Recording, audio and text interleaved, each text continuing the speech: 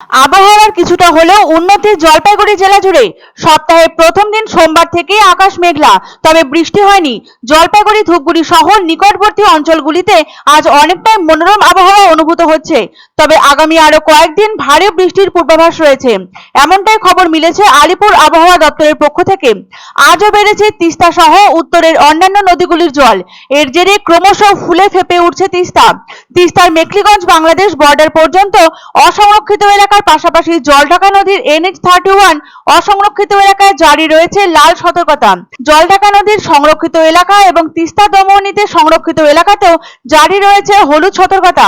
জানা গিয়েছে জলপাইগুড়ি সেচ দপ্তর ফ্লাড কন্ট্রোলের সূত্রে সোমবার সকাল 6টায় 1750.04 কিউমেক জল ছাড়া হয়েছে জলপাইগুড়ি গজলডোবা তিস্তা ব্যারেজ থেকে।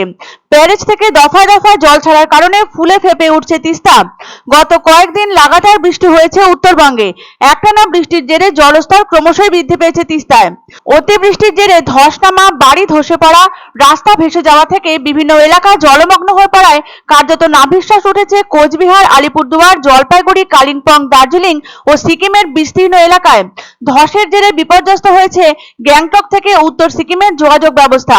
এদিকে একটানা বৃষ্টিতে বেহাল উত্তরের জেলাগুলি। শুক্রবার রাতভর ও শনিবার সারাদিনে প্রবল বৃষ্টিতে জল জমে জলমগ্ন হয়ে পড়েছিল জলপাইগুড়ি শহরের একাধিক ওয়ার্ড।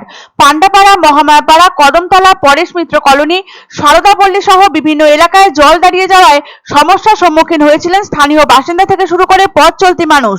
উত্তরবঙ্গের অবস্থা ভালো নয় বলে জানিয়েছেন খোদ সেচ দপ্তরের মুখ্য ইঞ্জিনিয়ার কৃষ্ণেন্দু ভৌমিক। তিনি জানান, অনেক বৃষ্টিপাত রেকর্ড করেছেন তারা। জলস্তর বেড়েছে জলপাইগুড়ি, আলিপুরদুয়ার, কোচবিহার, শিলিগুড়ি মহকুমার সব নদীগুলির, তবে এখনই বন্যা পরিস্থিতি বলা যাচ্ছে না। জলমগ্ন হওয়ার খবর আসছে, অনেক নদীর পাড় ভেঙে পড়েছে, ফলে বেশ উদ্বেগজনক পরিস্থিতির সৃষ্টি হয়েছে। তবে সোমবার কিছুটা হলেও উন্নত আবহাওয়া জলপাইগুড়ি জেলা জুড়ে। সকাল থেকেই আকাশ মেঘলা থাকলেও বৃষ্টি না থাকায় কিছুটা স্বস্তিতে জেলাবাসী।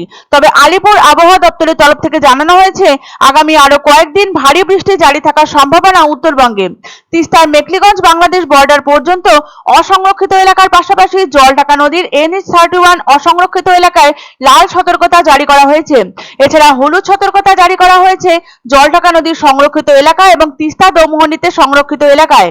শুক্রবার থেকেই তিস্তা নদীর ভাঙন শুরু হয়ে যায় মেখলিগঞ্জ এলাকায়, ফলে তিস্তা নদীর গ্রাসে চলে যায় সদর ব্লকের বাহিরচর। জানা গিয়েছে সেখানে ক্ষতিগ্রস্ত হয়েছে 50টি পরিবার।